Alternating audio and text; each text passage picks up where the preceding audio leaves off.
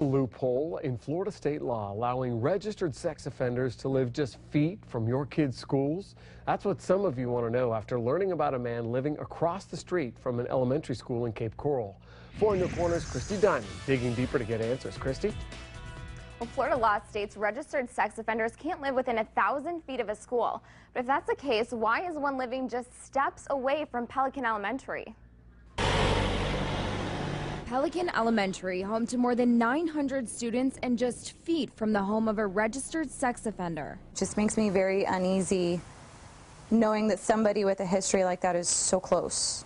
This mom, who wanted to remain anonymous out of fear of retaliation, wants to know why this man, who was convicted of a crime against a minor, is allowed to live so close to the school her daughter attends. It makes me want to stand outside the school every day and just make sure, because literally it's right across the road. He could walk over. I did some digging.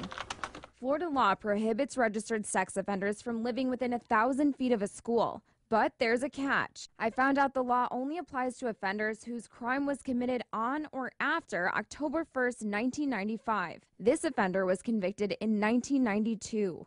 You have a situation where you cannot, after the fact, go back in and impose additional sanctions on somebody. If his conviction would have happened 3 years later, this would have been a different story. That basically would be a good way to look at it, yes. This is a case of somebody being grandfathered in under the law. But this mom says she isn't satisfied with that. Essentially, to me, it sounds like a loophole. Can you see why parents would be concerned about that? Absolutely. I can understand why parents would be concerned, and this is a case where parents in the neighborhood, need to be aware, be mindful of any activity that they might see, and if they have any problems, then they need to go ahead and contact the Cape Coral Police Department. We did check, and this offender is no longer under any sort of confinement or supervision. If he decides to move from his current home, though, he will not be allowed to live within 1,000 feet of a school. If you want to learn more about sex offenders living in your neighborhood, you can find a link to a map on our website. Just head on over to fox4now.com. Live in the studio, Christy Diamond, Fox 4 in your corner. All right, thank you, Christy.